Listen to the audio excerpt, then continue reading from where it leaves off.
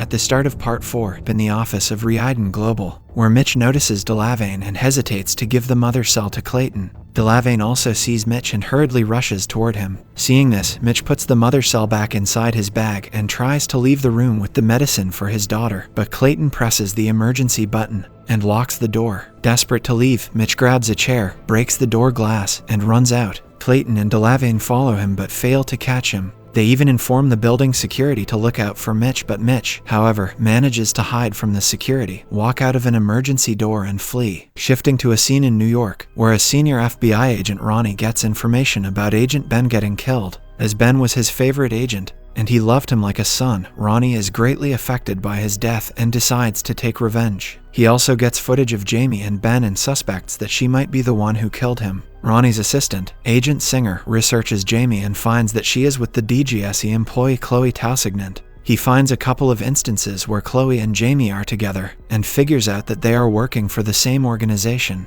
In the following scene, Mitch returns to his group and tells them everything about Delavane and his attempt to exchange the mother cell for his daughter. Everyone criticizes him for his actions and belittles him for trying to destroy the world for the sake of his daughter. Mitch tries to divert away the attention and asks the group to focus on how to get away from Delavane. Chloe is shocked to hear that Delavane works for Reiden Global. During this time, she receives a call from one of her DGSE colleagues, informing her that the FBI has actually issued a warrant against her and Jamie and is searching for her. While Chloe is talking on the phone, Mitch tells the group that he can make a cure for the animals with the mother cell, but for this, he will need an animal that has mutated without being exposed to the mother cell. Hearing this, Jackson mentions that it will be impossible for them to find such animals, as all of the mutated ones are sure to be exposed to the mother cell. Later, Chloe returns to the group and informs them that the FBI is searching for her and Jamie. Mitch believes that the game is over now, but Jackson asks him to stay strong and continue their mission. Afterward, Abraham buys a new mobile phone for each one of them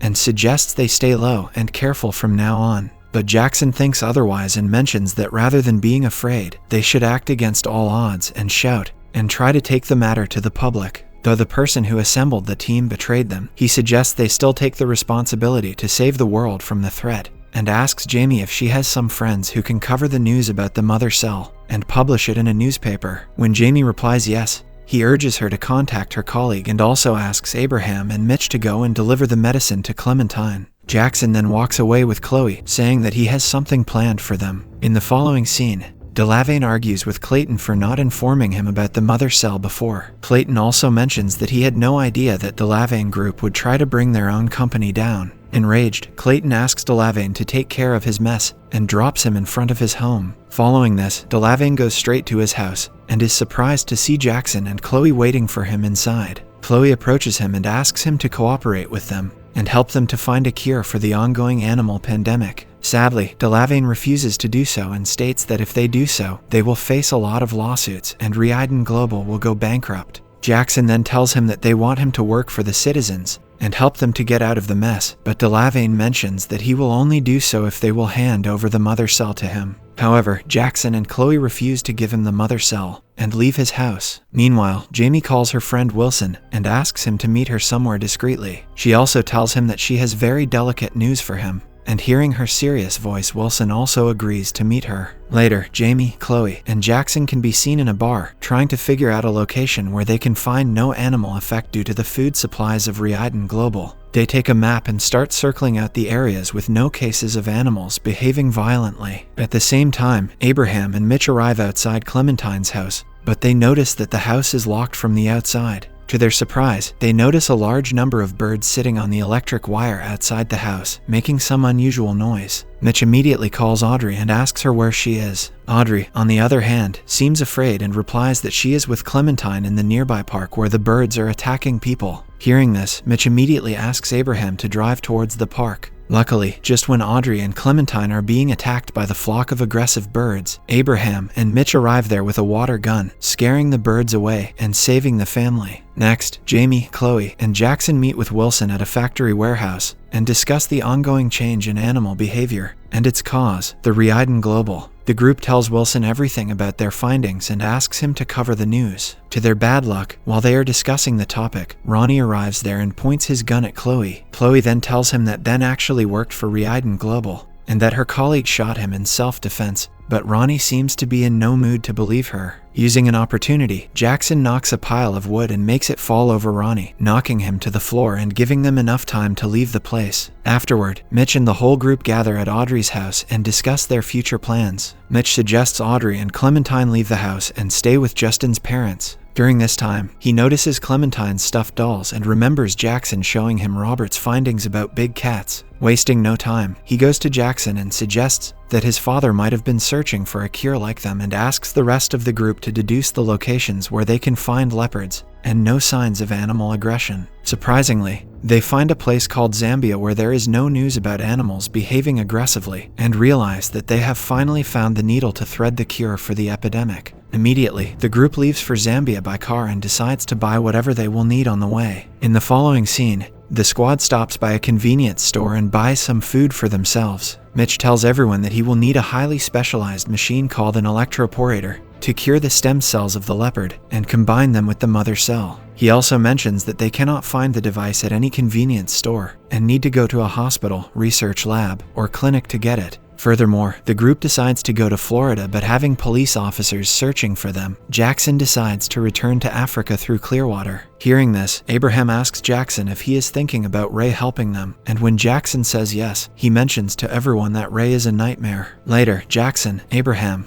and Chloe arrive at a seashore deck where they notice Ray being beaten by 3 people. When Abraham inquires what Ray has done, one of the 3 people replies that he released 200 pounds of shrimp from their bucket, and it's the 4th time he has done this in a month. They continue beating Ray till he bleeds from his mouth, and leave him with a warning. Following this, Ray introduces himself as Raymond Endicott to Chloe, and asks her why she is with his old friends. Jackson then tells him that they need to get out of the country to Africa without getting caught by any authorities. Listening to this, Ray agrees to help them but asks for a favor in return. He urges Jackson and his group to help them break into the Clearwater Zoo and rescue some animals at night. The scene then shifts to Chloe and the group in their hotel room, where they are discussing whether to team up with Ray or not. Chloe discovers that the group of Ray and his associates is called Free Animals Rights Militia Aka Farm. Jackson confesses that Ray is not a trustworthy person, but also mentions that they do not have a better choice to get out of the country fast. Right then, Abraham enters another room and looks at the news being broadcasted in the TV. He is shocked to see Ronnie talking to the press and presenting their photographs as the wanted criminals, accusing them of killing the FBI agent Ben. He then immediately calls the rest of the group and shows them the news. Seeing this, Jackson mentions that the chance of them getting caught has quadrupled,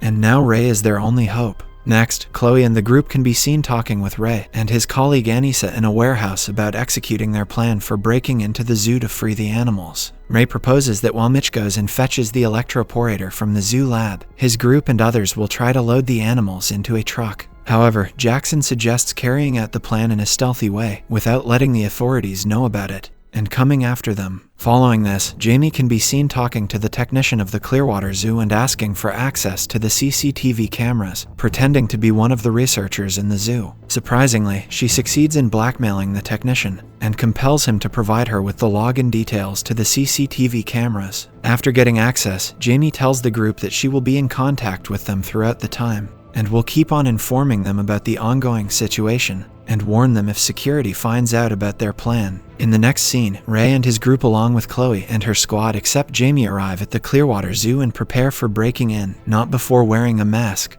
They enter the zoo after disabling the alarm system, and while Mitch and Chloe go to get the electroporator, Jackson and the rest join Ray to free the animals. They take zebras, camels, a big wild cat, etc. to the truck and start loading it. Luckily, Mitch and Chloe also discover the electroporator and return to the truck. All of a sudden, after taking a closer look at the CCTV footage, Jamie contacts Jackson and informs him about the security guards coming towards them. She then suggests they leave the zoo as soon as possible. Hearing this, Jackson asks Anissa to abort the plan and leave, but sadly she refuses, and the whole squad gets surrounded by the security guards. In this panicking situation, Ray pulls out a revolver and shoots at the guards. The guards also try to defend themselves and shoot back at Ray, injuring him badly. During the shootout, one of the members of Ray's group, Cody dies on the spot, and the rest of the group manages to flee in the truck along with the injured Ray and the animals. Later, the group arrives at the warehouse and begins looking for a first aid box to take out a bullet from Ray's chest.